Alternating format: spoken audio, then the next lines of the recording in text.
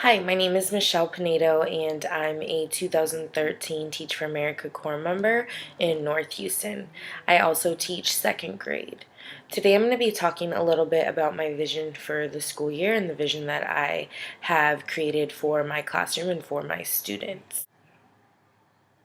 It's extremely important to me that I have a vision in my classroom because it truly drives the instruction that is taking place, and it also allows me to make sure that I am marking in my calendar and making benchmarks as to when certain parts of my vision need to be complete so that my whole vision as a whole can come to life.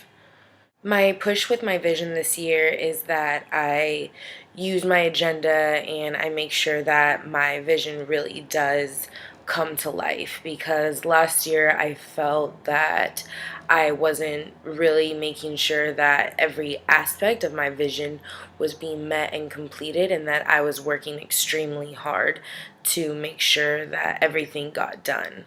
So this year I'm being more organized in the things that I do, but I really think that a vision isn't a vision if it doesn't really come to life. So some things that are at stake in my classroom, which also are to me are at stake in my community, are that for some of these children it is life or death. For some of these children, they will never make it out of the community that they're living in, and they will never see or believe that they can and will achieve anything. Also, I think some things that are at stake, or some things that I think about as like a whole picture, is that in the United States, every single year they use third grade reading scores to determine how many cells should be made in a prison the following year. So they take third grade reading test scores, and that's how they determine how many prison cells should be made in prisons across our nation. And so those things really drive me to have a clear and concrete vision as to where I want my classroom and my students to be, not only academically but emotionally. Some other things that are at stake in my classroom, like right now, that I'm specifically working on, is that some of my students who are lower academically, they are quickly losing interest because they don't have the right mindsets to get through things when they become challenging. So they are losing interest in day-to-day things that are happening in my classroom. So something that I'm working on right now is making sure that I have a joy factor in all my lessons so that my students are excited about learning, and I try to make learning more fun. Some other things that are at stake in my classroom right now are my higher, more advanced students.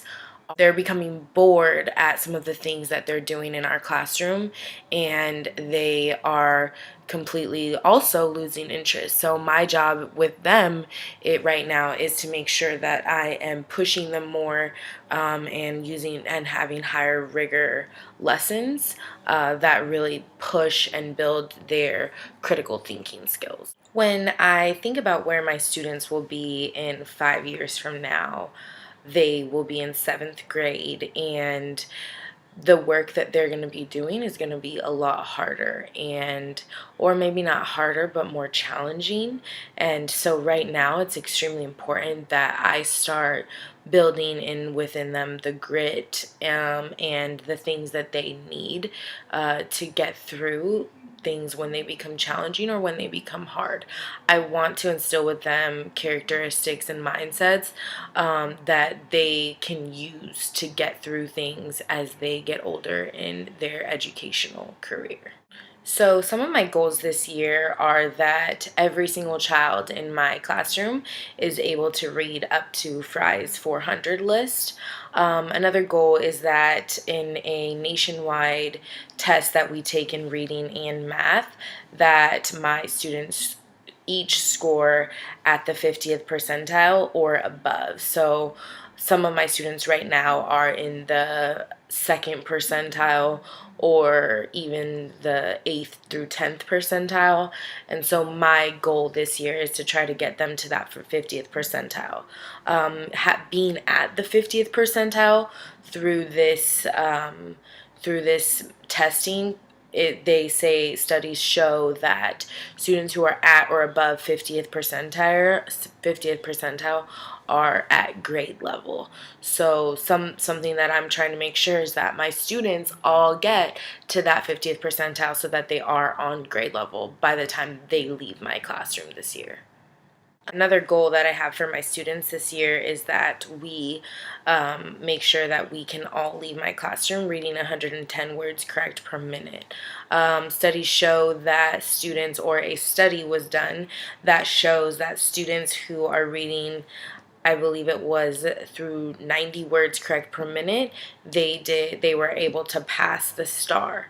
So there's a correlation with fluency and passing rates with the STAR that they will be taking in third grade, which also determines how many cells should be made in the United States of America. So again, these things, they mean so much to me, and that's why it's so important that I have a very clear vision and I have it mapped out as to when I'm going to do the things that I'm going to be doing. Some things that are necessary in order for me to make sure that these goals are met are that I'm pushing the rigor in my classroom. I am using Bloom's taxonomy to determine the level of thinking that is happening in my classroom. Some other things that I think about as to what is necessary is I need to do small groups in my classroom. Small groups have to be done, and they have to be differentiated towards what my students need in order to grow that week and that month and essentially in this year. I also have to have a strategic plan as to how I'm going to be moving students up, and I think that also comes with being strategic in my lesson plans and making sure that everything that I'm doing, whether it be small group or whole group, that it is differentiated towards what my students truly need to be successful. Something else that I think about in my classroom is that I need to make sure that I have strong CPQs, which are reading comprehension purpose questions. And so I need to make sure that those are building critical thinking in and throughout each one of my students, no matter what reading level they are at currently. Some ways that I am working towards investing my students in the teaching and the learning that goes on in my classroom is that I'm making sure that my lessons are fun and exciting and are connected to SpongeBob and Cars and Legos and all the things that they truly love. And I'm also making sure that I'm always connecting it to college and why you'll need this in college, and even bringing it closer to home, like why you're going to need it next week or in third grade or things like that. I am also trying to get parents more involved this year by having parent workshops and creating a close-knit parent community within my classroom. Some other things that I'm trying to make sure that happen in my classroom this year is I want to have parent workshops where I'm able to train parents on the ways that they can better assist their children at home. And I also want and plan to have a vision meeting where I set and hear from the parents, like really what do they see for their child and what do they want for their child to happen. And so it's going to be really interesting to hear from the parents' perspective, like what do they see for their own child. And again, this whole vision of mine, I keep saying, like, it looks and it sounds so great, but to see it actually come to life, I think will be extremely exciting.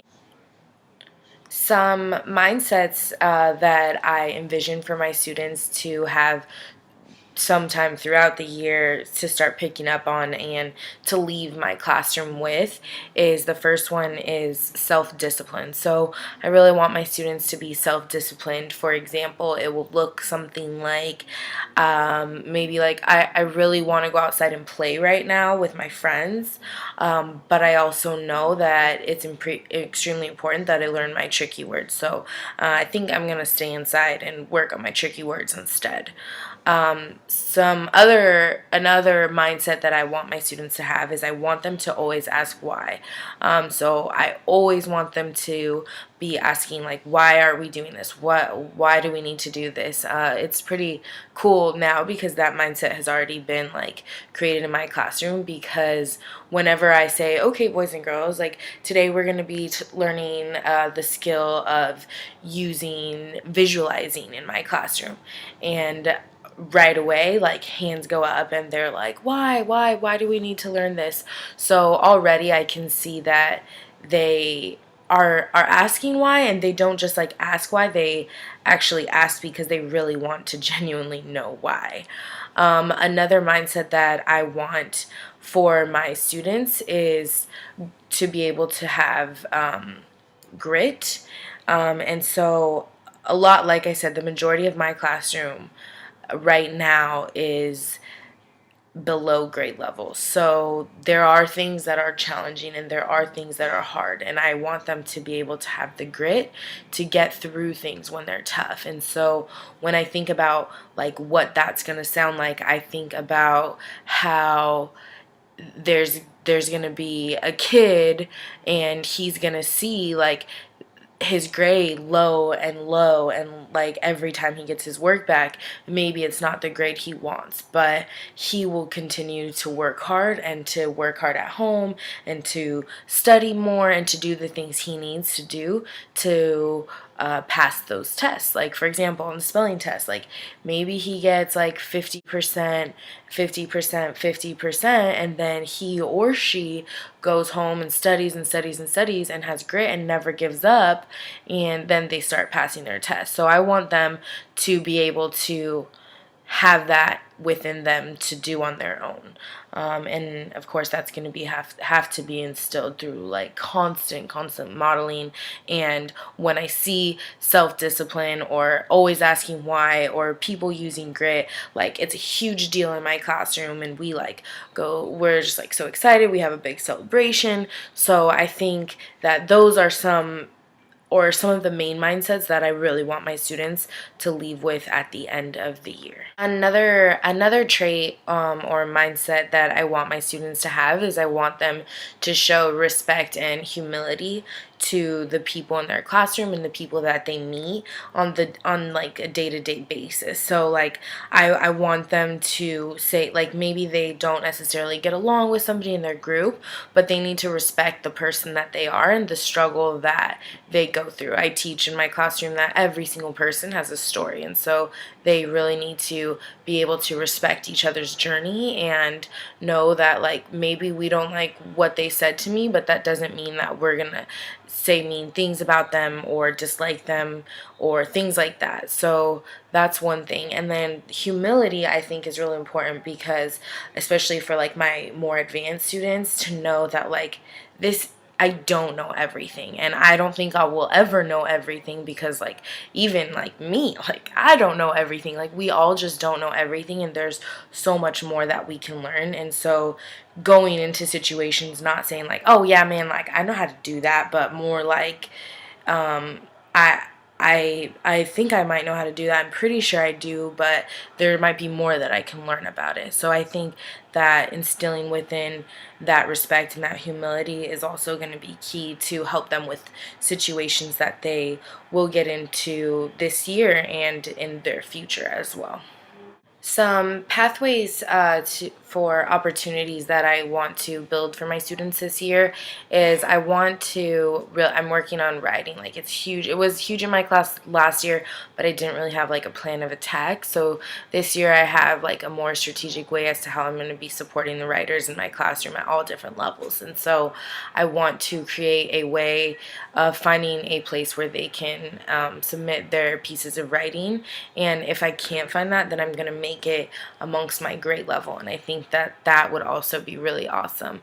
I also want to have other academic awards throughout the years and contests that they can submit, as well as something that has to do with science. And so I've figured something out for writing already, and I haven't quite figured something out for science, so I'm still looking into that and figuring that out. I think that it's important for them to feel a loss, and I also think that it's important for them to feel a gain. Like, oh wow, like I never imagined that I could beat all these kids, and that I could produce the work that I produce. And I also think that it's important for them to say like, hey, like this time I didn't get it. There were some other people that were a lot, maybe they did better than me, and that's okay, because I'm never going to give up, and I'm going to still continue to apply to these contests. So it really is like build self-esteem, and then also teach them that like there's always going to be a time that you will lose, and that's just really how life goes. So really, that's just a part of my vision in my classroom for the 2014-2015 school year. I say it time and time again that a vision is a vision when it's, when you can hear it or when you can read it on paper. But for me, my biggest push this year is to really see that all these things that I'm saying are going to happen truly, truly do happen. And I think that that's getting closer to one day.